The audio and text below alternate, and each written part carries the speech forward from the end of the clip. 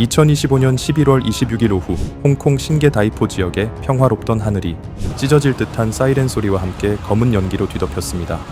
오후 2시 51분에 발생한 불길은 순식간에 거대한 아파트 단지를 집어삼켰습니다.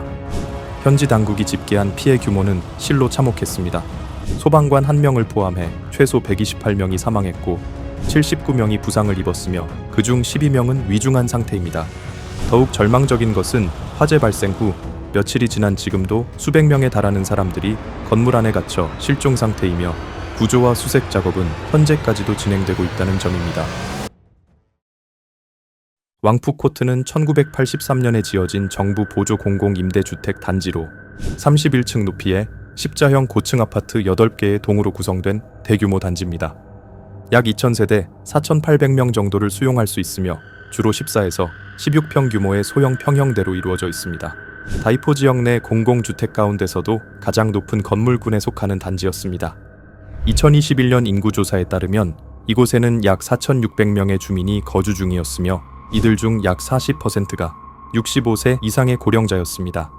저소득층을 위한 분양형 서민 아파트로 지어진 만큼 고령자 비율이 높고 화재 시 대피에 취약한 구조였습니다. 40년이 넘은 노후 건물인 왕푸코트는 2016년 실시된 정기 점검에서 대규모 보수가 필요하다는 진단을 받았습니다. 이에 따라 2024년 1월 입주자 대표 회의는 3가지 수리 방안을 두고 논의한 끝에 약 3억 3천만 홍콩 달러, 한화 약 420억 원을 들여 외벽 전체를 재건축하고 타일을 교체하는 계획을 최종 승인했습니다. 해당 공사는 프레스티지 건설이 맡았습니다. 그러나 시공 과정은 순조롭지 않았습니다. 당초 설계에 포함된 모자이크 타일을 확보하지 못해 세라믹 타일로 자재를 변경하는 등의 문제가 발생하기도 했습니다. 사고 당일 8개 건물 전체는 외벽 리모델링을 위해 건설 현장에서 임시로 설치하는 구조물인 비계로 둘러싸여 있었습니다. 하지만 한국에서 흔히 사용하는 알루미늄이나 철제 비계가 아닌 홍콩 특유의 건축 방식인 대나무 비계로 빽빽하게 둘러싸여 있었죠. 그리고 둘러싸인 대나무 비계 위로는 녹색 안전 그물망이 덮여 있었습니다. 더 큰 문제는 리모델링 편의성을 위해 모든 창문 틈새가 가연성 소재인 폴리스티렌, 즉 스티로폼으로 밀봉되어 있었다는 점입니다. 이 거대한 아파트 단지는 말 그대로 언제 터질지 모르는 시한폭탄과도 같았습니다. 11월 26일, 홍콩은 건조한 북동계절풍의 영향권에 있었습니다. 습도는 40에서 50%로 매우 낮았고 홍콩 기상청은 이미 24일부터 가장 높은 단계인 적색 화재 위험 경보를 발령한 상태였습니다. 오후 2시 50분경 한 주민이 통화하던 중 이상한 소리를 듣고 밖을 내다보다가 아파트 단지 중 F동인 왕청코트 1층에 설치된 대나무 비계에서 타오르고 있는 불꽃을 발견했습니다. 그는 급히 소방대에 신고했고 이 신고 내용은 당시 각종 소셜미디어를 통해 널리 퍼지기 시작했습니다. 그리고 몇 분이 채 되지 않아 소방대원들이 현장에 도착했습니다. 하지만 건조한 날씨와 강한 바람으로 인해 대나무와 안전 그물망을 타고 불이 너무 빠르게 번지고 있었고 소방대의 초기 진압은 사실상 불가능했습니다. 화재를 더욱 악화시킨 원인은 건물 구조였습니다. 건물을 감싼 그물망과 비계는 굴뚝 효과를 일으켜 뜨거운 공기와 불길을 위쪽으로 빠르게 쏘아 올렸습니다. 그로 인해 불은 창문에 덧대어진 스티로폼도 빠른 속도로 태우기 시작했습니다. 게다가 건물 간 간격이 좁았기 때문에 불길은 순식간에 인접한 동으로 확산되기 시작했죠. 결국 화재 발생 후 1시간도 채 지나지 않아 단지 내 8개 동 가운데 왕치하우스를 제외한 7개 동이 화염에 휩싸였습니다. 주민들이 직접 촬영한 영상에는 작은 불씨가 안전망을 타고 위층으로 번지는 모습이 고스란히 담겼습니다. 더 충격적인 사실은 대부분의 주민들이 화재 경보음을 듣지 못했다는 것입니다.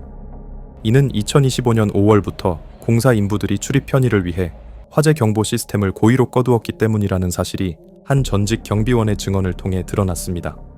소방차 사이렌 소리를 듣고도 다른 지역 화재로 오인한 일부 주민들은 이웃의 연락이나 문을 두드리는 소리로 상황을 인지하고 뒤늦게 대피에 나섰지만 이미 1층에서 시작된 화재는 안타깝게도 주민들의 탈출로를 막은 뒤였습니다. 오후 3시가 되어서야 소방서로 엄청난 양의 화재 신고가 들어오기 시작했습니다. 소방경보는 오후 3시 34분에 4등급으로 격상되었고 저녁 6시 22분에는 최고 단계인 5등급이 발령되었습니다. 현장에는 소방차 128대, 구급차 57대, 그리고 767명의 소방관이 투입되었습니다. 또한 중국 본토의 소방차들까지 넘어와 홍콩 소방대를 지원하는 전례 없는 협력도 이루어지기 시작했습니다. 소방대는 화재를 진압하기 위해 사력을 다하고 있었지만 안타깝게도 상황은 좋지 못했습니다. 화재는 건물의 최고층인 31층까지 휩싸였고 소방대는 저층을 위주로 구조를 시도하고 있었기에 중간층과 고층의 상황을 전혀 파악할 수 없었습니다. 그마저도 엄청난 열기와 떨어지는 잔해물로 진입이 쉽지 않았습니다. 그 중에서도 샤틴 소방서 소속의 9년차 베테랑 소방관 37세의 호와이호 대원은 현장 도착 30분 만에 동료들과 연락이 두절되었고 이후 안면에 심한 화상을 입은 채 시신으로 발견되었습니다. 또한 화재 진압 작업은 높이라는 물리적 한계에 부딪혔습니다. 소방차의 사다리를 최대한 올려도 건물의 31층, 무려 100m가 넘는 건물의 높이의 화재를 진압하는 건 불가능했습니다. 안타깝게도 내부의 상황은 더 심각했습니다. 비상계단은 페인트칠로 층수 표시가 지워져 있었고 소화전마저 작동하지 않았습니다. 또한 저소득층 주택으로 지어진 탓에 초기 진화에 필수적인 스프링클러조차 설치되어 있지 않았죠. 창문을 막고 있던 스티로폼은 외부 상황 파악을 어렵게 만들었을 뿐만 아니라 녹아내리면서 생긴 불길은 집 내부까지 이어졌고 녹아내린 유독성 물질은 실내로 흘러들어와 유독가스로 변했습니다. 이 상황에서 주민들이 할 수 있었던 건 구조대가 올 때까지 버티는 것뿐이었죠. 다음 날인 27일 새벽 1시 50분, 그렇게 소방대원들의 노력 끝에 불길은 서서히 잡히기 시작했으며 7개의 건물 중 3개의 건물은 진화하는 데 성공했습니다. 오전 5시 45분에는 5층에서 18층 사이에서 진화 작업이 이루어졌고 구조 범위도 13층에서 23층으로 확대되었습니다. 네 번째 건물은 오전 6시 23분에서야 진압이 완료됐지만 7개 건물 중 나머지 3동은 여전히 타오르고 있었으며 진화 작업은 계속해서 이어졌습니다. 화재 발생 43시간 만인 28일 오전 10시 18분, 마침내 대부분의 불길이 진압되었습니다. 그리고 1000명이 넘는 주민이 인근에 위치한 콩푹 쇼핑센터로 대피하는 데 성공했습니다.